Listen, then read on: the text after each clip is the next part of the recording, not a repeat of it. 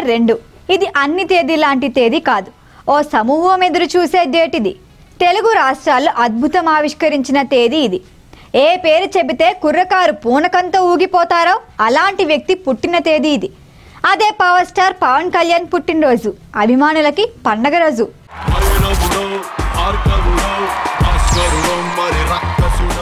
ఓ ఎకరం పొలంలో పంట పండించుకొని సాధారణ రైతుగా జీవితం గడపాలి అనుకున్న వ్యక్తి. సినిమాలతో సంబంధం లేకుండా పుస్తకాలు చదువుకుంటూ లో ప్రొఫైల్ మెయింటైన్ చేయాలి అనుకున్న మనిషి. అలాంటి వ్యక్తి ఇప్పుడు ఏపీలో ఓ శక్తి. పవన్ కళ్యాణ్ అంటే కేవలం ఓ పేరు కాదు, అదొక ప్రభంజనం. పైకి కనిపించని పవర్.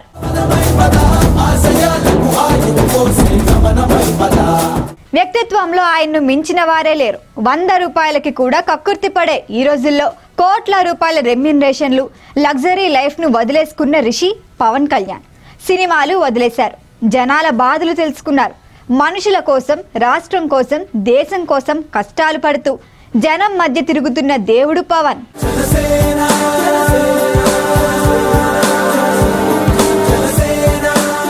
ప్రతి హీరోకి అభిమానులు ఉంటారు, కానీ ప్రతి హీరో అభిమానికి ఇష్టమైన హీరో పవన్ కళ్యాణ్. సినిమాల్లో ఆయన క్రేజ్ అతీతం. మరో హీరోతో పోల్చడం అసాధ్యం. అదంతా పవనిజం. క్రేజ్లో ఆ తిక్క వేరు, ఆ లెక్కే వేరు. ఫ్లాప్ వస్తే హీరో డౌన్ అవుతాడు. హిట్ ఫ్లాప్తో సంబంధం లేకుండా రైజ్ అయ్యారు పవన్ కళ్యాణ్. అది పవనిజం అంటే. ఆయన గొప్ప డాన్సర్ కాదు, అలా అని గొప్ప నటుడు కూడా కాదు. ఈ విషయాన్ని ఎలాంటి మొహమాటం లేకుండా చెప్పగల నిరాడంబరత పవన్ సొంతం. మంచితనం, మానవత్వం, దేశభక్తి, అందరినీ సమానంగా చూడడం.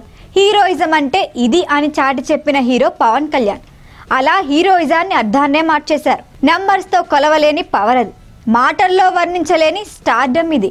నేను సింహం అంటున్నాబ్బా, అది గడ్డం గీసుకోలేదు, నేను గీసుకోగలను, అంతే తేడా. పవన్ కు ఇంత క్రేజ్ ఎలా వచ్చింది? ఈ స్థాయికి ఆయన ఎలా చేరుకున్నారు? ఇదేది అయాచితంగా జరగలేదు. దీని వెనక ఎంతో కష్టం ఉంది. దానికి మించిన మానసిక సంఘర్షణ ఉంది. వేల పుస్తకాల జ్ఞానం దాగుంది. అందుకే పవన్ ఆలోచన ఎవ్వరికీ అందనింది. చిరంజీవి తమ్ముడిగా వెండితెరపైకి వచ్చిన పవన్ టాలీవుడ్ లో ఓ శక్తిగా ఎదిగారు. తనకంటూ ఓ ఇమేజ్ కల్పించుకున్నారు. ఇమేజ్ అనే కంటే తనకంటూ ఓ చేత సృష్టించుకున్నారు అని చెప్పటమే కరెక్ట్. ఫ్యాన్స్ అంతా పవనిజం అంటూ ఏకంగా ఓ కొత్త ఇజానే సృష్టించారు అనే పవన్ మానియాను అర్థం చేసుకోవచ్చు.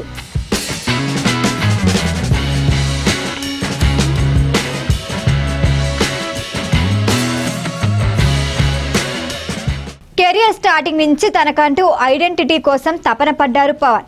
ఆ తపనే పవన్ను ఇప్పుడు నలుగురిలో భిన్నంగా చూపిస్తోంది. పవన్ స్టైల్ ఓ ట్రెండ్, అతని యాక్టింగ్ ఓ అధ్యాయం.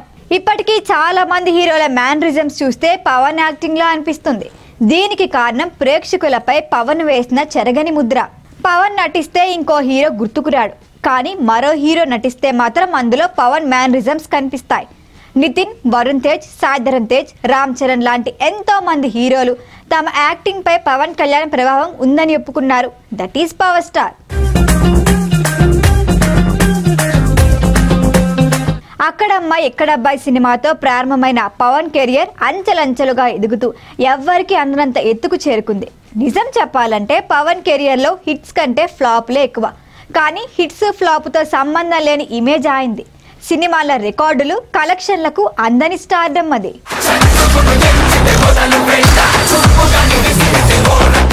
కెరియర్ స్టార్ట్ చేసిన 2 ఏళ్లకే తనకంటూ ఓ స్టైల్ ఉండాలి అని డిసైడ్ అయ్యారు పవన్.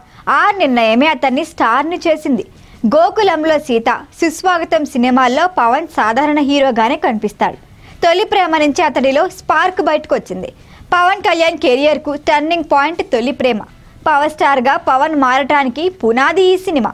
టాలీవుడ్ చరిత్రను ఒక్కసారిగా తిరిగేస్తే ఈ సినిమాది ఓ ప్రత్యేకమైన స్థానం.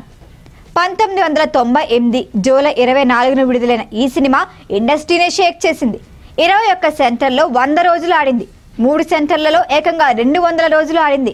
హైదరాబాద్లోని సంధ్యా 70mm థియేటర్లో ఈ సినిమా 217 రోజులు ఆడింది. గుంటూరు లిబర్టీలో 224 రోజులు ఆడింది. ఇక వరంగల్ రామలక్ష్మణ్లో అయితే ఏకంగా 300 రోజులు ఆడి రికార్డుని క్రియేట్ చేసింది తొలి ప్రేమ. ఆ తర్వాత వచ్చిన తమ్ముడు సినిమాతో పవన్ స్వాగ్ మొదలైంది. పవన్ స్టైల్ అంటే ఇది అనే ఇమేజ్ తమ్ముడు మూవీ నుంచే మొదలైంది.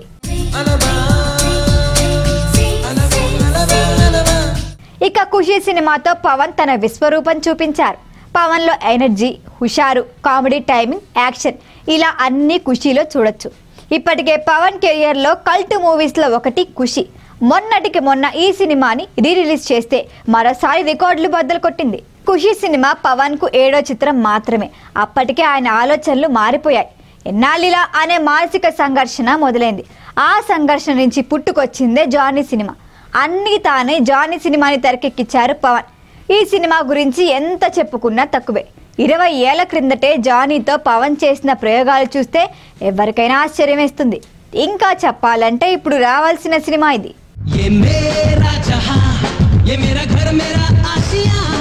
పవన్ తొలిసారి దర్శకత్వం వహించిన సినిమా జానీ. పవర్ స్టార్ అఫీషియల్ గా డైరెక్ట్ చేసిన మొదటి, చివరి చిత్రం ఇది. ఈ సినిమాకి కథ, స్క్రీన్ ప్లే కూడా పవన్ కళ్యాణ్. ఈ సినిమాలో పవన్ కిక్ బాక్సర్ గా కనిపిస్తాడు. ఈ క్యారెక్టర్ కోసం ఏడాది ట్రైనింగ్ తీసుకున్నారు పవర్ స్టార్. అతడి స్టంట్స్ సినిమాకు హైలైట్. తెలుగు సినీ చరిత్రలోనే తొలిసారిగా లైవ్ రికార్డింగ్ చూపించిన సినిమా జానీ. ఈ సినిమాలో దాదాపు 90% మనకు లైవ్ రికార్డింగే కనిపిస్తుంది. అంటే సెట్స్ లో ఉన్న డైలాగులే ఫైనల్. మళ్ళీ రికార్డింగ్ స్టూడియోకి వచ్చి డబ్బింగ్ చెప్పలేదన్నమాట. రిలీజ్ కు ముందు ఎన్నో రికార్డులు సృష్టించింది జానీ. ఆ టైంకి టాలీవుడ్ లో హైయెస్ట్ ప్రీ రిలీజ్ బిజినెస్ చేసింది ఈ సినిమా. ఈ క్రమంలో చిరంజీవి నటించిన ఇంద్ర సినిమాని కూడా ఇది క్రాస్ చేసింది. హైయెస్ట్ ప్రింట్స్ తో సినిమాని రిలీజ్ చేయాలి అనే కాన్సెప్ట్ ఈ సినిమాతోనే మొదలైంది. తెలుగు సినీ చరిత్రలోనే 250 ప్రింట్లతో వరల్డ్ వైడ్ రిలీజ్ అయిన తొలి సినిమా జానీ. సినిమాలో పవన్ వాడిన కర్చీఫ్, బనియన్, ప్యాంట్లకు అప్పట్లో యూత్ లో ఫుల్ డిమాండ్ ఉండేది. ఫైట్స్ లో ఓ కొత్త ట్రెండ్ తీసుకొచ్చింది జానీ సినిమా. అప్పటి వరకు తెలుగు తెరపై చూడని స్టంట్స్ ని పవన్ ప్రెజెంట్ చేశారు. ఇక సినిమాలో జానీ థీమ్ మ్యూజిక్ కు సపరేట్ ఫ్యాన్ బేస్ ఉంది.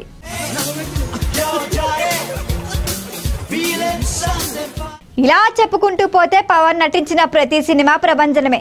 హిట్స్, ఫ్లాప్ తో సంబంధం లేకుండా ప్రతి సినిమాతో తన ఇమేజ్, క్రేజ్ ను పెంచుకుంటూ వెళ్లారు పవన్. దీనికి కారణం అతని వ్యక్తిత్వం. ఇక హీరోగానే కాకుండా 24 క్రాఫ్ట్స్ లోని చాలా విభాగాల్లో పవన్ కళ్యాణ్ తన టాలెంట్ చూపించారు. నటించడమే కాకుండా జానీ సినిమాతో దర్శకుడిగా మారారు పవన్. సర్దార్ గబ్బర్ సింగ్ సినిమాకి కథ అందించింది, గుడుంబా శంకర్ కు స్క్రీన్ ప్లే సమకూర్చింది కూడా పవన్ కళ్యాణే. ఎన్నో సినిమాలకి పవన్ స్టంట్స్ కంపోజ్ చేశారు. తమ్ముడు, బద్రి, జానీ, ఖుషి, గుడుంబా శంకర్, సర్దార్ గబ్బర్ సింగ్ సినిమాలకు యాక్షన్ కొరియోగ్రాఫర్ గా పనిచేశారు. చిరంజీవి నటించిన ఓ సినిమాకి కూడా పవన్ ఫైట్స్ కంపోజ్ చేశారు.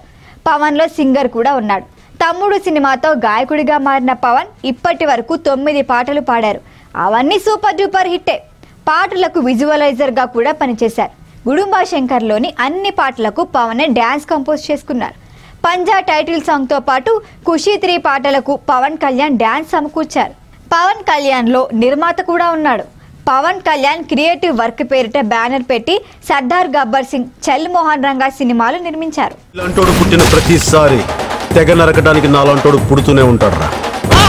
ఇలా కొత్తగా ట్రై చేస్తూ ఎన్నో ప్రయోగాలు చేస్తూ సినిమాలు చేస్తున్న పవన్ కు ఆత్మ సంతృప్తి మాత్రం కలగలేదు. ఇంకా ఏదో చేయాలి అనే తపన మనసుని తొలుస్తూనే ఉంది. అదేంటి అనేది ఆయన పసికట్టడానికి టైం పట్టింది. తనని తాను అర్థం చేసుకొని తన ఆలోచనలకు ఒక కార్యరూపం ఇవ్వటానికి పవన్ ఎన్నో పుస్తకాలు చదివారు.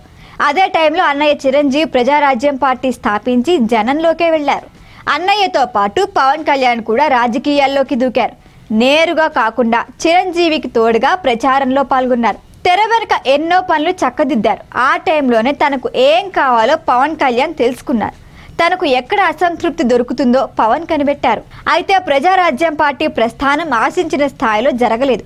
పవన్ పూర్తి స్థాయిలో రాజకీయాల్లోకి వద్దామనుకున్న టైంకి ప్రజారాజ్యం పార్టీని కాంగ్రెస్ లో విలీనం చేశారు చిరంజీవి. దీంతో తప్పనిసరి పరిస్థితుల మధ్య ప్రజాసేవ ఆలోచనను తాత్కాలికంగా విరమించుకున్నారు పవన్. అలా ఓవైపు సినిమాలు చేస్తూనే మరోవైపు ప్రజల గురించి ఆలోచించడం మొదలుపెట్టారు. తనకు తోచిన రీతిలో ఎన్నో చారిటీలు చేస్తూ వచ్చారు. కానీ ఏదో మూల పవన్లో అనుమానం. 2013లో అత్తారింటికి దారేది సినిమా వచ్చింది.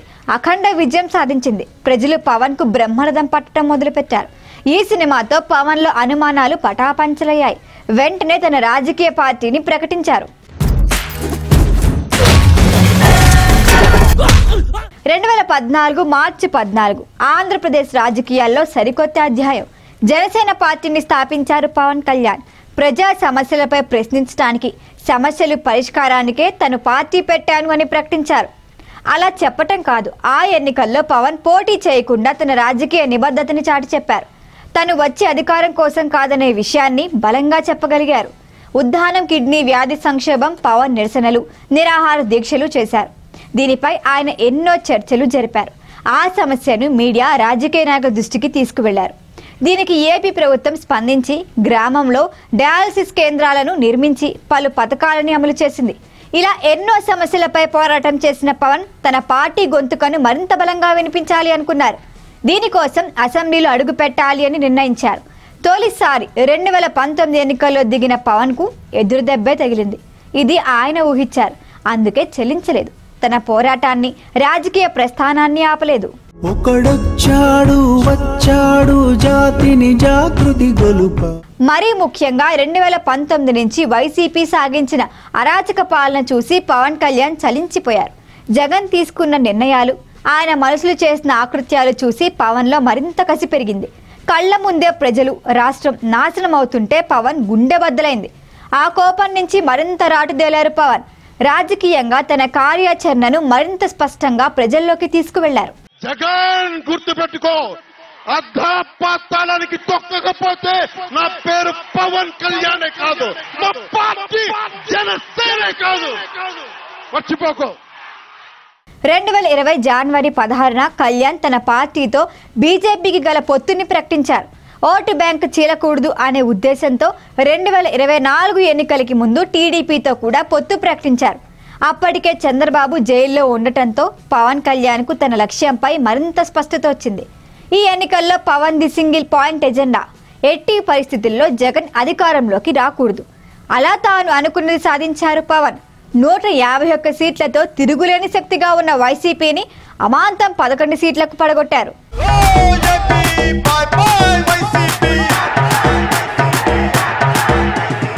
ప్రస్తుతం పవన్ కళ్యాణ్ ఏపీకి ఉప ముఖ్యమంత్రి, ఎన్నో శాఖలకి మంత్రి.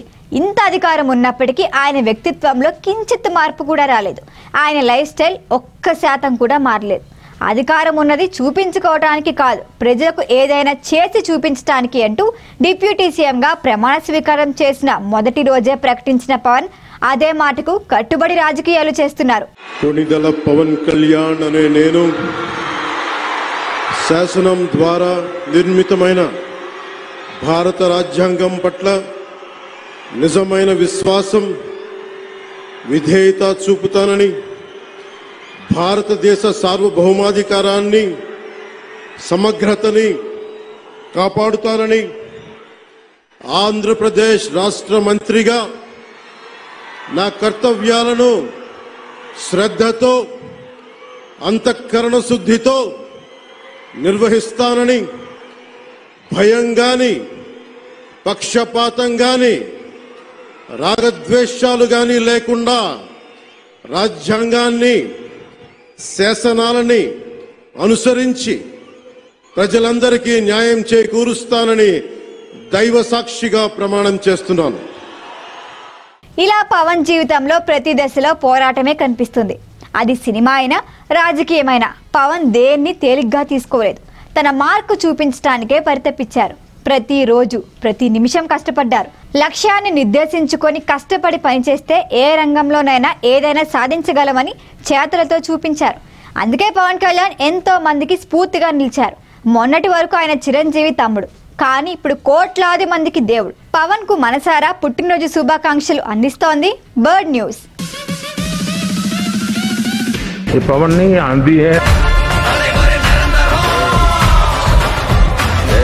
ఈ వీడియో కనుక మీకు నచ్చినట్టయితే లైక్ చేయండి, షేర్ చేయండి, సబ్స్క్రైబ్ చేయండి. అలాగే పక్కనే ఉన్న బెల్ ఐకాన్ని క్లిక్ చేయండి.